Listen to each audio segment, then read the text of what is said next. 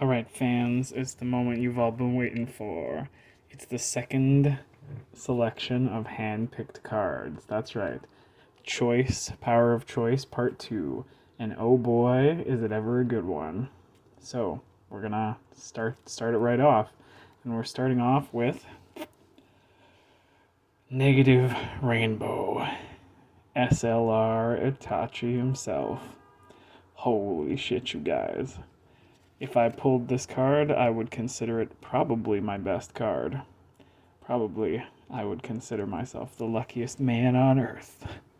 It's a pretty nice dark rainbow. The negative rainbows are really nice. Special legendary rainbow in negative. And a negative is perfect for Itachi. A big, bright, colorful, light background simply would not suit this man. He lives in the shadows. He lives in the beautiful rainbow-tized shadows. Um, he's kind of, he's the one. He's the guy. He's the goat, I would say, of Naruto. Some people even say that he would contend with some of the later superstars like Madara or Hashirama. I don't know if I would go that far, but I think at the time when Itachi does appear, when you see his full range, his full arsenal when he fights against Sasuke, it does appear that up to this point we have never seen somebody as strong as Itachi. And it's not clear, if he was healthy, how you could possibly defeat him, given that he has a mythical spiritual sword that does not physically exist, and a mirror that can deflect any attack, and a Susanoo that can also not be pierced by any means. So defeating this guy seems like, I mean, it never happened, right? He never gets defeated. He never gets beat. The only thing that beats him is an illness. So I guess you could say Itachi goes undefeated in the entire run of Naruto. Alright, let's take a look at some hand-picked Neijis. So, the Tommies, Sylvie, you guys brought the heavy artillery out. You got the SP Neji, so I had to respond. Okay, so first Neji card, you've got the AR Neji. These are, I think, supposed to be. Are these golden birds? They're not really. They're kind of just lines of sand. I think Neji's symbol is supposed to be a bird. A bird that has been freed from a cage, which is sort of symbolism of his dad and him sort of being branch members, but sort of making choices. They're choosing to be slaves to the main branch. It's their choice. Well, not exactly. Anyway, that's what these little gold lines might be sort of representing. I don't know. Kind of like the thin outlines of a bird. Okay, maybe it doesn't really look like a bird. I think he has his yin yang on the floor for his 64 palms. Anyway, I thought that was a nice one. I didn't get the SP that you guys got. I thought I would be different. I thought I would counter your SP with a couple other Neji cards. So here's the AR, which means we now have Neji AR and Hinata AR. We also have my favorite type of card, the OR. This one seemed pretty cool. We've got a big blue flame. We never really see Neji with like a blue flame around his hand, I don't think. And there's the allied shinobi headband, so we know that this is during the war. And there's his curse mark right there. Even for Chinese cards, it looks like they do the English style curse mark, which is not the Buddhist manji. It's just an X. So that's interesting. I was actually wondering if, like, since these are Chinese cards, if the English censorship would not exist. But I don't know. If Naruto plays in China, maybe it also has the same censorship for the curse mark, so that it's not the manji. Anyway, this just looks pretty freaking cool, am I right? Covered in sparkly gold, covered in shiny blue. He's a whirlwind of a man. And that is our second Neji card. So we've gone from having only SR Neji to now AR, OR, and this is very exciting, a never before seen card. This is a ZR, the coveted ZR card. Never before seen. Nothing on the back, just like an HR. And when I ordered this, I didn't think much of the design really, but now that I see it, it kind of reminds me of a Mister in a lot of ways, an MR, because it's just a lot of gold, right? See if I can get it so that there's not as much of a reflection. It's just a very shiny gold card, right? Most of the shininess comes from the gold and the pure gold part of the card, which is pretty much what an MR looks like as well. So yeah, the ZRs are pretty cool, really. You can see a golden outline of Neji, and the teal background is pretty nice. Yeah, Chunin Exams Neji is pretty cool. So that's a good one. A ZR. What does that mean? Is it Zeta rare? I don't know what else a ZR could possibly mean. It must be for Greek letters. I feel like some of them are. Maybe OR stands for Omega Rare. I haven't finalized that yet. Here's another nice legendary rare. We got Itachi again. Itachi is, he's one of the most cool guy characters that you can get, I think. I feel like, given the chance to get some of these LRs, I think the LRs are like Naruto, Minato, Kakashi, Itachi. I'm not sure if there's another one. I think those are the main LRs in gold and black. So I picked up the Itachi one just because, hey, he's a cool guy. We all know it. And I ended up actually really liking these LRs, these legendary rares. There's the little Akatsuki Cloud, the golden Akatsuki Cloud. Okay, we can't see a close-up, but that's all right. You can see it right there. And look at all those feathers. It looks like he's kind of having a barbecue. Looks like he's grilling some birds in a fire pit that he's standing in.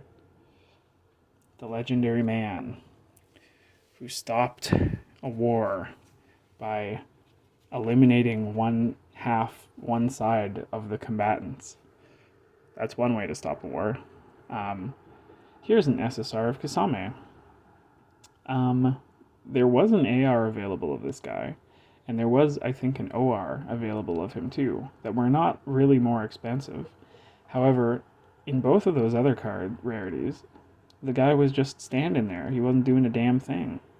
So I decided that I would get the SSR because he's using a cool shark move. Look at his hungry fucking shark hippos. They're dancing around. They're circling around, and he's going for a fist bump. He's got his sword. He's doing something. So even though SSR isn't as rare of a card, I think it was the cooler one because in the other two, he really is just standing there doing nothing. So we now have Kisame. I don't really like pronouncing the names correctly. I like to put the emphasis on the middle syllable because I'm an English speaker. I feel like that's probably an English-speaking thing. I think I may have mentioned before, but it seems like mostly these Japanese names, you're supposed to put the emphasis on the first syllable. I don't know if that is just true of Naruto characters mostly. And it's not true for every single Naruto name, but I think it is true for most of them, and it is correct. But I don't really like saying Kisame. I like saying Kisame. Same with Minato. So I'll be wrong, and that's okay. I'm okay with being wrong about some things. I forget, did you guys pull this card or not? I got it because I love summons. I love cards that either have just the summon on it, or have the summoner and the summon as well. I think we only see this Monkey Man. Do we see him once, or does he come back in the war arc? Does Hiruzen summon him at the end? I don't honestly remember. But he's kind of a fun summon. He's one of the only summons that's just person-sized. He's just like human-sized. He's kind of just like summoning another guy. And of course he turns into the big rod. I think you guys said, the Tummies and Sylvie, that he is originally supposed to be the Son Goku figure. And then later on with the tailed beast, they were like, well, we're doing Son Goku the monkey with this tailed beast instead. Which I guess you just can't get away from. You can't get away from Journey to the West. You know, it's too good. It's too exciting. You have to have monkeys. You have to have Son Gokus in there somewhere. And the more the better, I guess. This is kind of a cool hand sign. One up, one down. You're getting the full range of motion. And yeah, there he is. Monkey King kind of wearing a fun tiger stripe woolly jacket. Okay, we're getting down to the last two. We've got a beautiful OR of Hinata. She looks great in this shot. She's looking very good. She's got a flaming dragony palm, kind of like the one she uses against Pain. She's got her hair flowing back here. She's got the sandy blue ocean below her, or the sky maybe. And those golden letters of the OR. My OR selection has now just like tripled in size, I think, which is fantastic. You look great, Hinata. Don't listen to the haters. Just keep doing you. Keep being a Kugan. All right, last card, the big card. We've got Mr. Tsunade. Oh baby. Yeah, we went full in. We got a Mister, which means we now have two Misters. We have a Killer Bee, we have Mr. B, and we have Mr. Tsunade. I didn't notice this before, but Mr. cards have this little like red warning sign on them. Maybe you guys can tell me what it means. I have it on the Killer Bee one as well, and I don't know why. It's just like a little warning sign, like this card is too rare. Be careful. Be careful where you take this thing. This is it's going to be confiscated in certain countries. There's the little, I mean, this one has a summon on it as well, which is why I like it. It's the little slug. What's her name again? Katsuya? I don't remember. And she has her little funny mouth is just like a little scrunched up part of the slug. It looks like she's like sucking in. I don't know if slugs' mouths are like that. It's also funny that her slug has like a very high voice in the sub. You would kind of imagine a big slug monster to have like a, I don't know, maybe a gross voice or something. But actually she has a very polite voice. She's just like, "Hi, I'm here to help. Like, here, let me heal you." And she puts Tsunade's torso back together. Tsunade has her torso separated by Madara, and her slug, Katsuya, glues that sucker back together. So her abilities really are impressive. She's probably like the strongest of the summons of Orochimaru and Jiraiya and those guys. And she's good right up to the end, you know? In terms of support, in terms of like field support and stuff, she can't be beat. That summon is just totally top tier. So there you go. What a lineup. And you know, when would I have ever drawn cards like these, right? Not in a million years. Like all these ORs that I love.